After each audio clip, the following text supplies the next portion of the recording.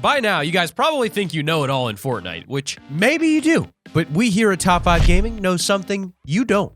Yeah, we've got some tricks up our sleeves too, you know. Not like the cereal, as much as I regret to inform you. Tricks are in fact for kids, and someone would probably call the cops if they caught me handing out cereal from my sleeves. I mean, yeah, people do like trench coat food, but like it's different, okay? Trust me. Did you trust me? Aha! I tricked you. Oh, what's that? You didn't fall for it?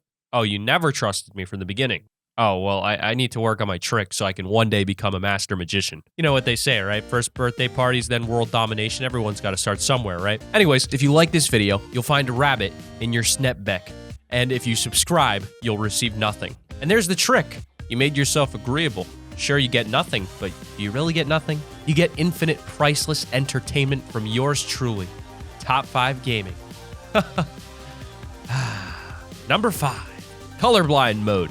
If you have 20/20 vision, you might not think about your sight that much, but you actually might find that the colorblind options in Fortnite Battle Royale can give you an edge over your enemies in terms of what you're able to see. Even if you aren't colorblind, you might find that certain colors still blend into each other and become harder to see at long distances, making it harder to pick out enemies from their surroundings. Experimenting with the colorblind settings to find what's right for you will always be much better than just letting the game choose what you should use by default, because everybody's vision is different and works in different ways. Most people say that the best way to play Fortnite is by turning your brightness calibration all the way down to 0 and then turning the deuteranope or tridanope settings all the way up to 10. Like I said, you should experiment with these settings yourself to see what works the best for you, but changing the settings I just mentioned is probably the best place for you to start. So first thing you want to do is go to settings and make sure you turn your brightness all the way off. So turn it down so you can have it up to, I believe, 100, but turn it all the way off. Then you want to go over to accessibility and put your colorblind mode on like triapone. I think that's what it's called. I'm not pronouncing it right, I'm sure. And you want to put the colorblind strength on 10. I'm telling you, this is going to make it look better. And for those of you that already know like about the colorblind, just didn't know exactly what to put it on, this is what you do. And it just makes the guns glow, makes the map look a little different as color wise, and it just brings out the game better, man.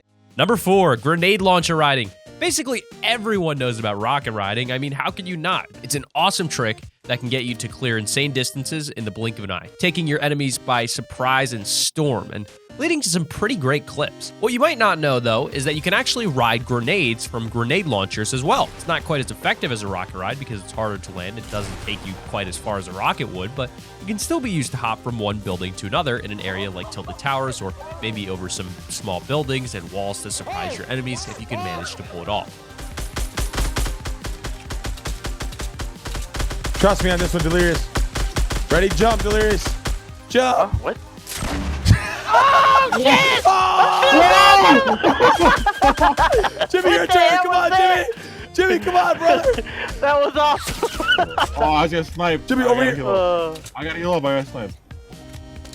Number 3, wall trap and trucks.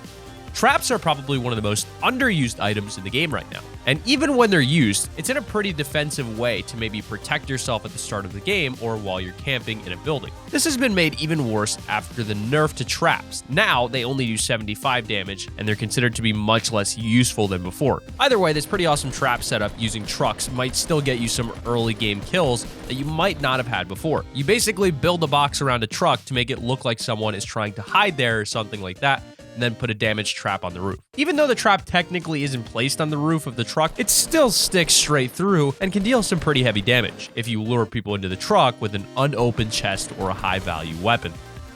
All right, here we go. One there, and trap there. Okay, now we're gonna do that half wall that we had last time. Okay, looking good. Oh, wait, no. Now we do the half wall. Wait, come on, please. Every second we're out here is really bloody dangerous. Purple shotgun on the ground. No one ever passes up a purple shotgun. And now, we're making that same little cocoon as last time. Okay, here we go. Must have seen the gun. Oh, he's right next to me. He's right there. He's going for it. He's going for it. He's gonna get it. Oh my god, we actually did it. Holy shit. Number 2, touring roof pyramids into double-sided ramps. Pretty much everyone probably agrees that the ramps in Fortnite Battle Royale are the most useful buildings that you can make. But because they're so useful, they're also overused by basically everyone in the game. This means that when you get into a building fight, it'll be pretty easy to predict. I mean, if the most useful thing you can put down is a ramp, then you're obviously going to put a ramp down, right? Well, maybe not. If you edit the roof pyramid in a certain way, that you can actually turn it into a sort of double-sided ramp, and it's nowhere near as useful as the normal ramp in the game, but in certain situations, it can totally be used to throw your enemies off of it, allowing you to use that momentary confusion to totally destroy them. Number 1, how to land faster on a glider. One of the most crucial points in a game of Fortnite Battle Royale is probably when you're gliding down from the battle bus to your first buildings to try and get your first loot. If you manage to reach the ground before all of your enemies, then you'll be able to pick up your loot quicker and be in a better position to rush them and take them out of the game before they become a problem. Now, as you probably know, there are no real ways to speed up your descent once you get into your glider. Pretty much everyone drops down to the same speed no matter what you do, but there are other ways to improve your drop aside from trying to speed up your glider. For a start, the most obvious thing, try to avoid the higher parts of the map when you're dropping. If you're over a mountain or some high piece of land, your glider will open up much faster than anyone else's because the glider opens up automatically when you're a certain distance from the ground. So get as low as possible. If you're trying to land at like Greasy Grove, for example, maybe try to land by the ocean. Whenever you can, drop over the ocean that surrounds the Battle Royale island.